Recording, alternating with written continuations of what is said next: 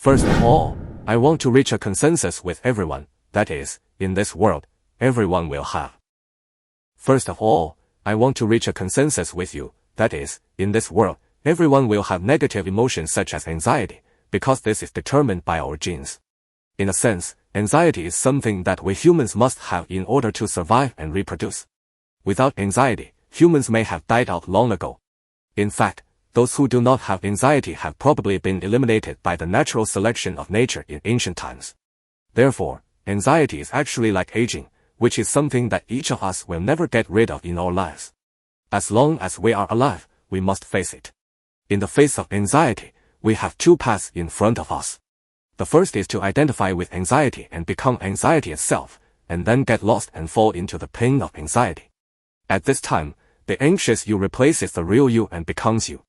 Of course, we also have a second path, which is not to identify with anxiety, jump out to observe the anxious you, and resolve the anxiety. At this time, you are still you, and anxiety becomes a tool that pushes you forward and improves invisibly. Although this sounds a bit difficult to understand, I believe that friends who have been studying seriously must know what I am talking about. Which path do you plan to choose? I believe all my friends want to choose the second one. Well, if so, the first step is to accept and allow the existence and arrival of anxiety. Because one of the underlying laws of this world is that everything that tortures you and makes you suffer deep in your heart is what you do not accept. Because once you do not accept, choose, confront and judge, as soon as the thinking activities in your mind arise, then you can rest assured that your concentration will be captured by this karma system immediately. Once you lose your concentration, you are no longer yourself, you become a puppet with mechanical reactions. So we must first allow ourselves to be anxious, tell ourselves that if we are human, we will be anxious, and if we are not anxious, we are not human. This is the first step. Well, the next step is the second step. We must resolve anxiety, so that it will not only not take over our lives, but also turn it into our tool and fuel to nourish our concentration. Sounds cool, right? So how to do it specifically? When anxiety comes, the first thing we have to do is to see and identify it. This action is actually to let us peel off and jump out to see, which is to protect our free will from being captured. So what happens after you see and identify anxiety? According to our system, all emotions are the manifestation of some kind of thinking activities in the body, and are kind of energy flow. So at this time we need to do a quick self-observation. What to observe? According to the theorem just now, thoughts produce emotions, so you need to find out what specific thinking activities are, or what kind of thinking activities are caused by the occurrence of something, which triggers your anxiety. Note that this is a very short process and must be completed in an instant.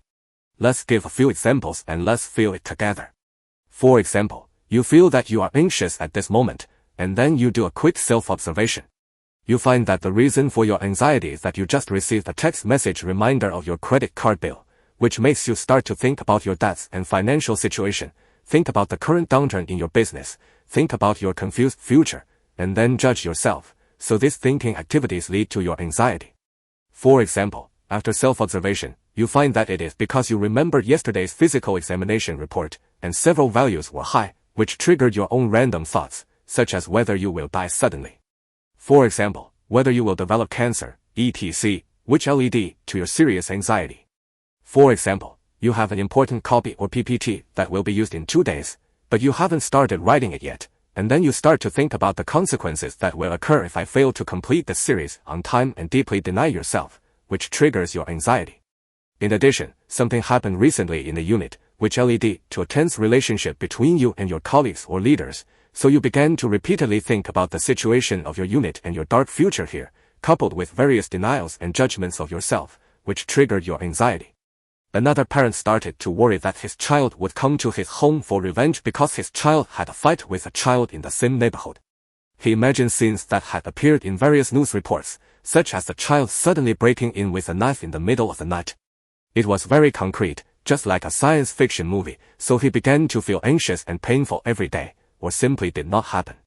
You just can't help but start to have wild thoughts, such as thinking about getting old in the future, dying one day in the future, and even imagining whether your lover will betray you, etc. Everything is possible. I won't list them all. You can see all kinds of strange and varied, but what I want to say is that all these fixed, automatic, unconscious, and strange thinking activities are actually normal and are not your fault. Don't deny yourself because of this. This may be a memory that has been injected into your genes before you were born or in your childhood. It may be the genetic memory of several generations of your family. This belongs to your most primitive perseverance. How can you blame yourself? This is the lesson you have to learn in this life. Since it is not your fault and you cannot change it, then you must not judge, do not deny yourself because of it, do not label yourself, and do not define yourself. All of this is reasonable. You must allow yourself to be like this, accept yourself like this, and see yourself like this. In short, there must be a corresponding thinking activity behind your angry anxiety at any time. This is the automatic reaction driven by your karma and habits. It happened. It's no big deal. This is the content and homework of our self-cultivation and practice. At this time, we must quickly lock this thinking activity through Neguan to discover our reaction mechanism, and then we can resolve the anxiety and negative emotions in front of us. Well, the action has reached this step. After we successfully lock the thinking behind our anxiety, we can continue to move forward. In fact, when you have successfully completed all the above steps, your anxiety has been resolved by more than half. However, when a true practitioner faces anxiety, in addition to observing calmly, they must understand that they should eat up the anxiety and let the anxiety achieve or practice. The best way is actually 2 words, action. Since we have successfully locked the thoughts that cause anxiety, then you must remember that there must be a correct action corresponding to the thought. Don't doubt it, there must be, because anxiety itself is to prompt you to act in the direction that makes you feel at ease, isn't it? If you are worried about your health, then you should go to the gym and keep healthy. If you are worried that you can't finish your work on time, then you should start to do it immediately. If you are worried that you will be eliminated by society in the future or that you can't turn over due to that, then you should study and improve yourself to contribute to your career. If you are worried that your girlfriend will leave you, then you should make yourself better, or care about her and treat her well. If you are worried that others will retaliate against you, then you should personally reconcile with the person concerned, etc. This is because you have completely lost your concentration and focus under the influence of karma. Then you should immediately enter meditation and persist in practicing concentration every day. When you have concentration, you will naturally no longer be controlled by forced thinking. Don't worry, you can always find corresponding actions that can reduce the probability of the things you are worried about, or actions that can make you feel at ease, right? In addition to action, what else can you expect to do to change anxiety? Your worries, your fears, your fantasies, these thinking activities in your mind, these illusions, except for making you suffer, are they of any help to the current situation in reality? No, but when it comes to the step of action, there are still many people who fail, because there is something in human nature, that is, they always tend to maintain a comfortable, easy and familiar state without changing. So it's easy to say, and everyone can say that using action to resolve anxiety, but how easy is it to do it? Because it is against human nature. Doing nothing and just thinking about random things is the simplest, and it is also the state you are most used to and most familiar with. How should we smoothly overcome the habit of human nature? It is to use the method of pretending to start taking action, to create a so-called start time, to fool your brain, to deceive it, and let it do it.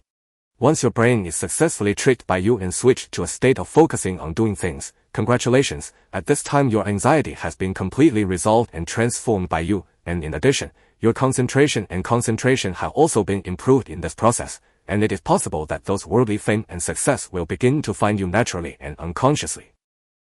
Recall your initial identification and self-observation, and now you can successfully use anxiety as fuel to drive and help you focus on doing things. Isn't this the process of your actual practice in life? We always talk about actual practice, so what exactly is actual practice? Practical practice is to put practice into life, which is what Wang Yangming said, to know through investigation of things, plus practice in practice. These 2 things together is called practical practice, neither of which can be missing. In my system, I never tell you not to think about random thoughts, not to have any thoughts, then you will not have negative emotions, and so on. Because we are all human, not gods, as long as we are in the world, we will never be able to control our thoughts, and we will never be able to stop thinking, unless we become a vegetable, or stay in a meditative state for a lifetime. Are you willing? Obviously you don't want to, right? So I will tell you to accept and allow your own thoughts and feelings first, and then use the powerful power of self-observation to protect your free will, to protect the third-party perspective of me as my observer, and then immediately take action. You can either pull your feelings back to your body, return to the present, and enter a meditative state to avoid being captured by the system and do a forced temporary exercise, or you can focus on doing something that you should do at the moment that is beneficial to you and can relieve your anxiety. As long as you do not take these two actions of entering meditation or focusing on doing things, then there is no doubt that you must have been pulled into your psychological time by your thinking activities. That is, you are living in fantasy again, so you will suffer and become a puppet who suffers unconsciously.